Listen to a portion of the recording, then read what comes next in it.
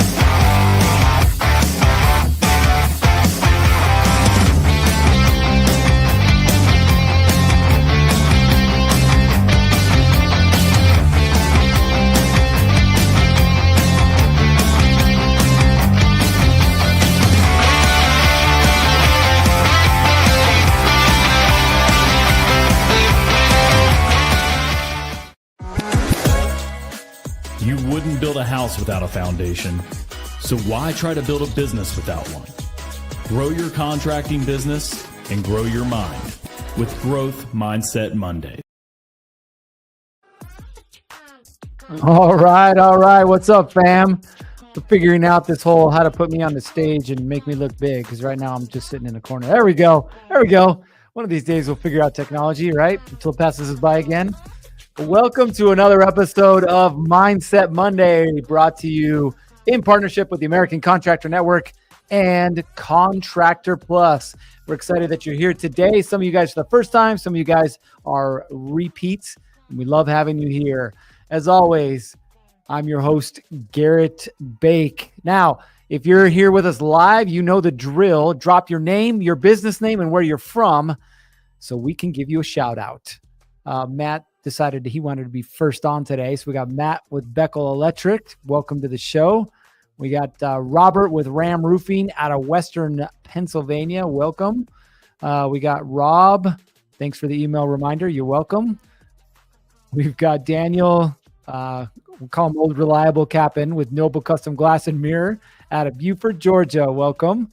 We got Edward Schwartz, ES Handyman or Handy Services out of Florida. Eric Davis, what's up, my man?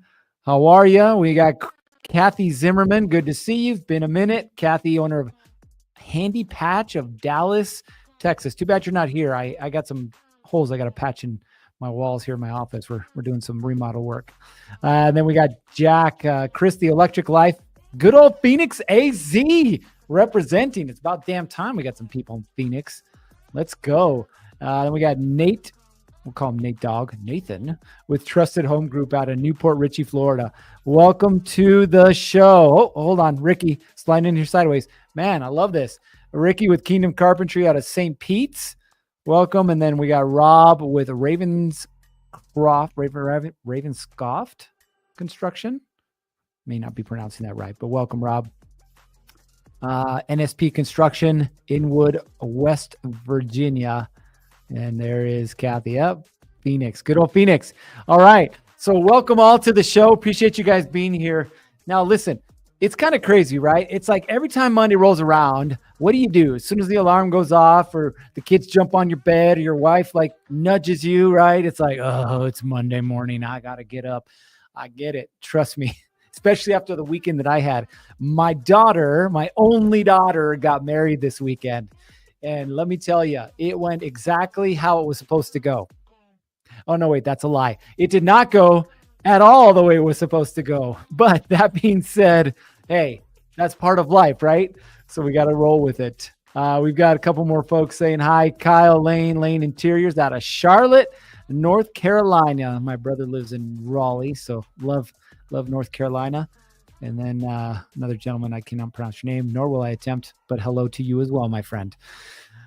So this weekend, my daughter got married, and from the front of the show, right? So outward facing, we'll say, if you were a guest at the wedding and the reception, you'll be like, man, that was pretty nice. I enjoyed it, had a good time. Food was great, entertainment, so on and so forth. If you were playing my role, you turned from father of the bride to wedding planner in about 15 minutes and spent that the rest of the night or doing that the rest of the night. Not exactly how I planned it. But again, today is not about my daughter's wedding. Today is really about one thing, and it's around leadership. You see, if there's one thing that's changed what my life has become, it's been leadership. And it's been the ability to become and evolve and grow as a leader. Now, I'm going to give a couple more shout outs before I continue down this path. We got Jose Mendoza Construction Inc. out of San Jose. Welcome. And Jose out of Nieves Brothers Inc., Menlo Park, Bay Area, California. Welcome to the show. So, Tate Restoration, welcome as well. Now, listen, there's a reason why I talk about leadership, and there's a reason why leadership is going to make the ultimate difference in your business. By a show of hands, and go ahead and drop it in the comments, how many of you actually went to school and got a degree in, let's say, business management or construction management? How many of you? Go ahead and say me in the comments if that's you. The truth is ready for this, less than 5% of contractors have a degree in some type or some version of business management. Here we go. We got one out of the group, Josh Mayer. Congratulations, Josh. We don't have a prize for that, but congratulations anyway. I also have a degree in business management, right? But here's the crazy thing. And Josh could probably back me up on this. Business management in a school setting will teach you the basic principles of running a business, but it doesn't actually teach you how to run a business. So how do you learn how to run a business? Well, I could ask every single one of you, and I'm going to guess that you're going to tell me that I learned by doing. And more importantly, you learned by failing. That's not a bad thing, by the way, right? Failing is about the game, right? It's about you learning how to do things the right way. And normally that's by doing them the wrong way. When I was 5 years old, I got a bike, my first bike. And I remember this. And my dad was so excited. He's like, "Here, son, your first bike," right? I'm the oldest son. I had an older sister, but I was the oldest boy, right? So my dad is super happy. Got this bike. And I was like, "All right, Dad, I want to learn how to ride this bike." He's like, "Okay." So he's like, "Okay, there's the basics." And this was one of the old school bikes where the brakes were not on the handles. Like you had to roll backwards, and that was how you braked. All right. So ultimately, that's what I got, right? This super simple, no speed BMX style bike. And I was like, "Dad, I want to learn how to ride this." He's like, "Okay." So we're in the driveway, and he's showing me how to ride this. He's like, "All right, Dad, I want to ride that hill." So we lived next to this pretty decent sized hill, right? And so my dad's like, "Are you sure?" And I was like, yeah, I'm sure. He's like, "Okay, make sure you wear your helmet." So we put this little helmet on. I think at the time it was too big for me because I was kind of a small kid, and I pushed this bike up to the top of the hill. Now, mind you, it wasn't as crazy like, hill in San Francisco or in the mountains and, some other state. It was a hill though, right? And I was 5 years old. And when I got up there and I looked down this hill, I was like, maybe this is not the best decision I've ever made in my life. But I was 5 years old, right? I was excited about riding my bike. So I jump on my bike and my dad's like, "Okay, remember, stay steady on the handlebars. And if you need to brake, this is how you brake, right? Pedal backwards. That's where your brake's at." It's like, "Okay, I got this," right? So it gives me a little nudge and boom, down I go. Super slow at first. And I'm like, "Woo, this is exciting. I got this." And then all of a sudden it wasn't exciting because I was going faster than I'd ever gone before and had no idea what I was doing. You could probably guess what happened, right? I started to lose control of the handlebars, and then one little tug too much and turned to the right, and I went flying over the handlebars, and I ate gravel, right? Like my chin, my nose, my face, my arms, my forearms, I just ate gravel. And I remember laying there, I turned onto my back. I remember laying there, and my initial thing was, I'm going to cry, right? This is horrible. This hurts. And I paused for a second and I was like, that sucked. And I got angry and I stood up and I went over to my bike and I grabbed it. My dad's running down the hill. He's like, "Are you okay? Are you okay?" And I grabbed it and I turned around and I started to push the bike back up the hill. He's like, "Are you okay?" And I was like, I don't remember what I said. 5 years old, right? But I was angry.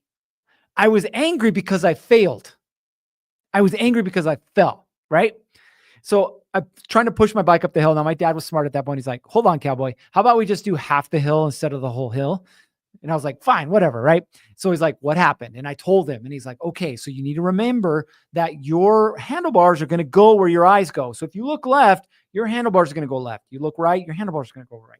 So he gave me some coaching, right? Put me back on the bike halfway down the hill now, and then said, okay, remember where the brakes are. Go. So I went. Now this time we got up to speed and I held on, right? And then I learned that, hey, I can control the speed by braking, right? So I braked and slowed down and finally was able to control myself to make it down the hill. Now, what in the hell does riding a bike at 5 years old have to do with you and running your business? Everything, right? Because you're not taught how to run a business. And so you are going to scrape your elbows, scrape your chin, break some bones, right? It's going to hurt. You're going to get bruised. You're going to feel broken. And that's not a bad thing, right? It's this part of this process of running a business. Now, again, some of you have an advantage. You went to school. Congratulations. Doesn't mean you're going to have more success than anyone else. It just means that you went to school and you got some more education. Yes, I said that on purpose. For those of you who didn't, it's okay, but understand that this is a process. Now, specifically today, I wanted to address leadership. And there's two reasons why. The first, and this is the most important, is your business will never grow past your ability to lead. I'm going to repeat that again. Your business will never grow past your capacity or your ability to lead. Okay. And the second thing, leading and managing are not the same things. So let me share another story with you.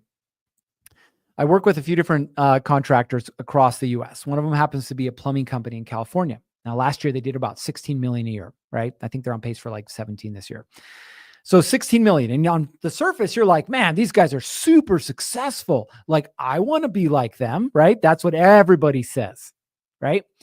Except when you peel back the curtain, you look underneath the hood and you realize, wow, this is not something that I would probably want to do. So here's the scenario, right? They're doing 15 million a year, 16 million, I think it was. The two owners still work over 70 hours a week. They have 50 employees. They still work over 70 hours a week. This is what their office looks like. And I know this because I've spent time at their office. Literally 2 months ago, I was there for 2 days, 2 full days. And it wasn't me teaching them anything. It was me observing for 2 full days because I needed to see what was happening so that we could come up with a solution, right? So this is what was happening. I'm sitting outside at a desk right outside their office. Okay, they have a door. And from 8 a.m. until 6 p.m., it was a revolving door. A revolving door, meaning that people in, people out, people in, people out, people in, people out. And when they were coming out, I would ask them, hey, other than a personal issue, like, what were you talking to them about? 95% of the problems had to do with personnel, had to do with equipment, had to do with their dispatching system, had to do with vehicles, had to do with clients or customers. 95% of them, right? And so at the end of the day, we all sat down together and I said, all right, was this a typical day? And what do you think they said? Yeah, it is. It's a pretty typical day. That's why we're here at 5 a.m. We don't leave until, 6, 7 at night. And I was like, okay, well, is this something that you want to have continue to happen? And they're like, no. I was like, okay, so what do you think we have to do different? And honestly, they had no idea. Now, again, this is not a reflection on them. This is not a bad thing. This is just an understanding of where they were at in business. And after further conversation, what they realized is they'd created a business that 100% depended on them. Their phones were always ringing, their emails, their text messages, like everything was happening through them. They were aware of every client issue. They were aware of every vehicle problem. They were aware of when everyone showed up and when they left. They were aware of the issues with the dispatching system, all of these things. So the question I have for them, or had for them, which is the same one I have for you, is, can your business run without you, or are you the one running your business? Right? Perfect example. If you were to take a 2-week vacation, what would happen to your business? I took 10 days off in January. We went on a cruise. I've talked about it a little bit before. We had a great time. I added 2 clients while I was gone for 10 days. Can my business run without me? I can't say 100%. We're getting there, but we're not 100%, right? So can your business run without you? Yes or no?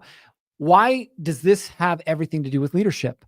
Because your job as the leader of your business is to empower people to make decisions without you having to be involved. How many of you feel comfortable doing that? How many of you feel comfortable making decisions without having to be involved, right? Having your people make those decisions. Every Monday morning, I have a team meeting with my entire team. Some of them in person, some of them remote. But we have a team meeting. What do we talk about? We talk about everything that happened last week, good and bad. We talk about everything that's happening this week, and we talk about any improvements that need to be made. And inside of those conversations, I don't tell people what to do. Now, are there times where I have to? Sure, there's some kind of outlier, crazy situation that happens and I have to get involved. But for the most part, 90% of the decisions that need to be made don't need to be made by me, right? And I've slowly started to distance myself from making all the decisions. And guess what it's done to my business? All of a sudden, it started to grow again. Why? Because I'm not involved in every aspect of the game. For those of you that don't know, I have a commercial construction management company. What do? We manage 5 different trades on different commercial projects. We work in the commercial space, and we work with a lot of developers and investors.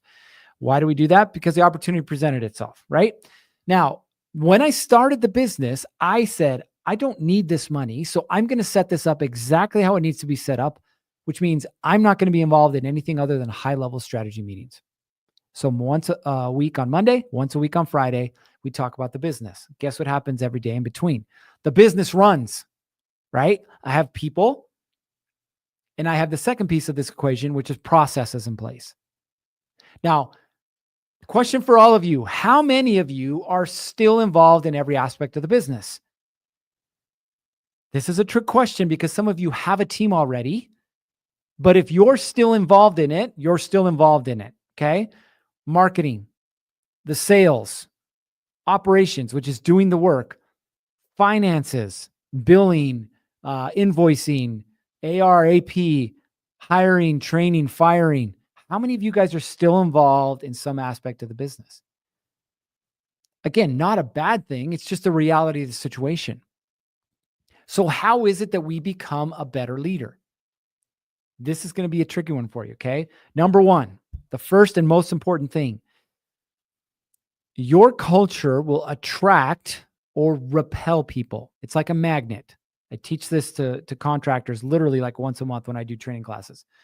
It's a magnet. Magnet has 2 sides, one side that attracts and one side that repels.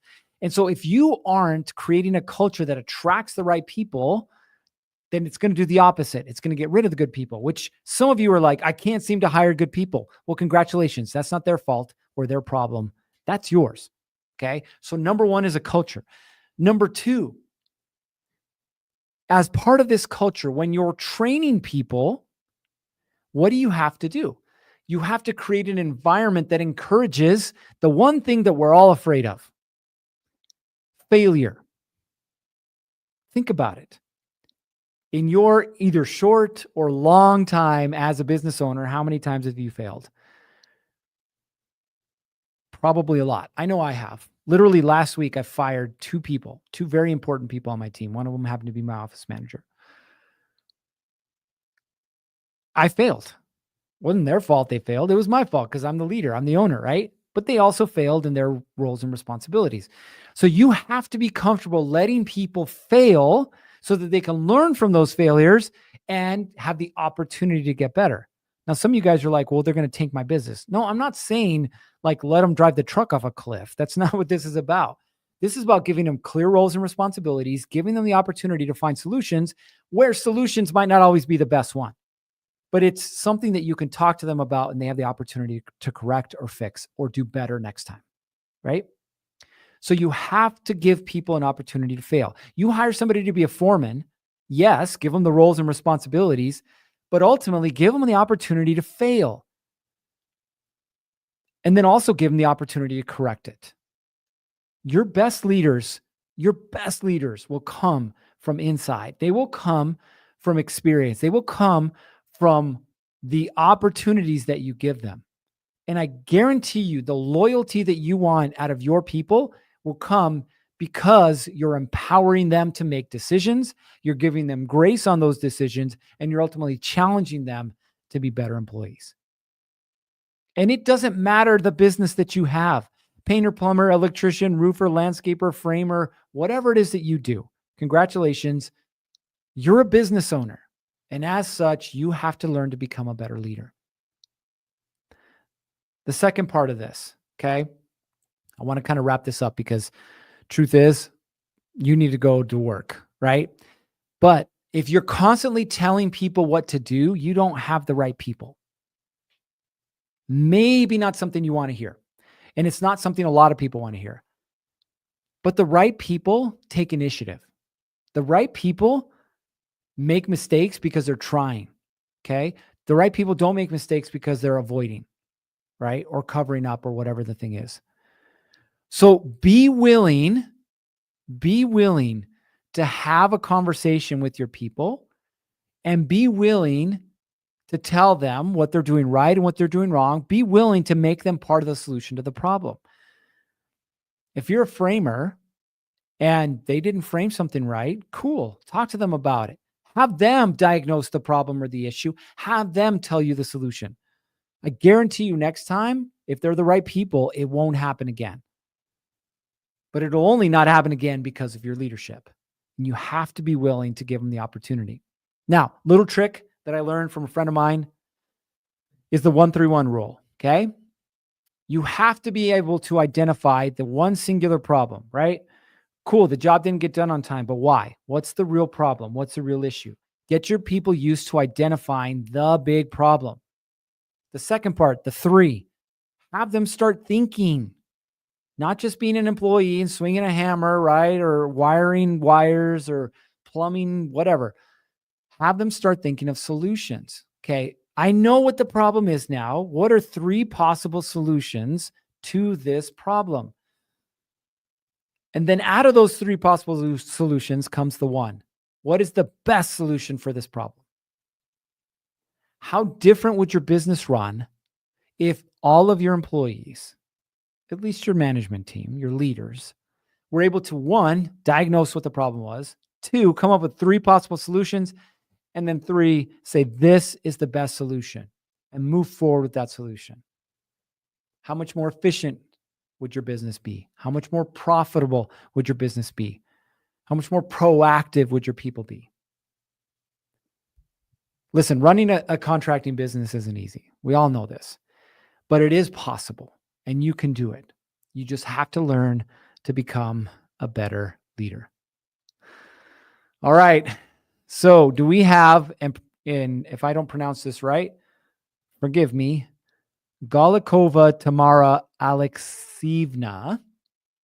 Are you in attendance today? If you are, go ahead and post in the comments so we know you're here, because you are the winner of our $100 gift card, only if you're here. So if you're here, go ahead and drop it in the comments. If not, we're going to have to draw somebody else.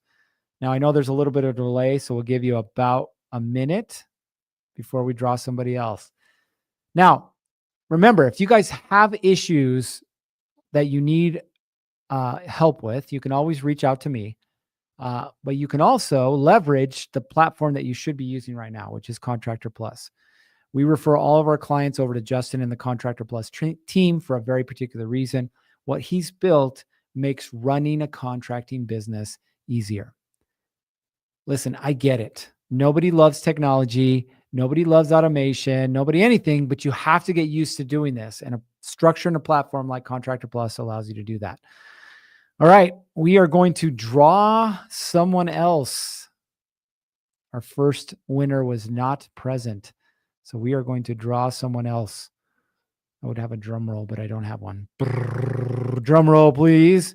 All right, Justin, who do we have as winner for our $100 gift card? Nathan Wincheck. Nathan, are you here? If you are, drop a comment so we can verify you're here. I'm looking through the comments. I don't see a Nathan. By the way, the reason there's some people who aren't here is because, oh, there he is. We got Nate Dogg. He's here. Congratulations. Winner, chicken dinner or $100 gift card. Kind of the same thing. Although I don't think you can get chicken at Home Depot or Lowe's. Congratulations, Nate. You are a winner. We'll be reaching out to you via email, and you will get your gift card. Let's see here.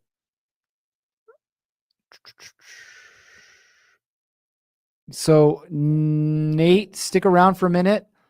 We're going to have you join the link, and you can tell us which gift card it is that you want. So check the comments there, Nate.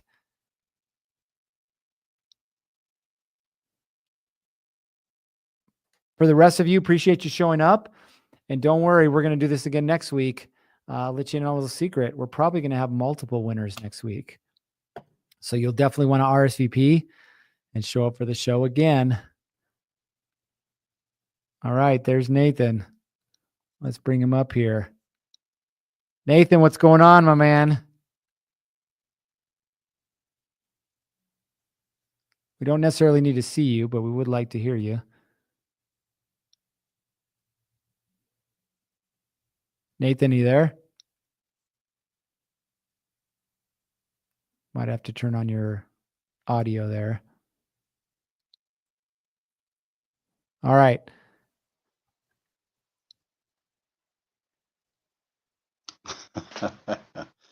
You got the wrong guy. Wrong guy. That's Will, not Nathan. All right. So Nathan, check your email. We'll send you an email where you can choose your gift card option, and we'll send that out to you. For the rest of you, we appreciate you being on the show today. And show up next week. We'll have more winners and more opportunities for you to win. But as always, it's Monday. It's a brand new week, and you have the opportunity to get after it. Let's go build that contracting business. 3, 2, 1, off you go.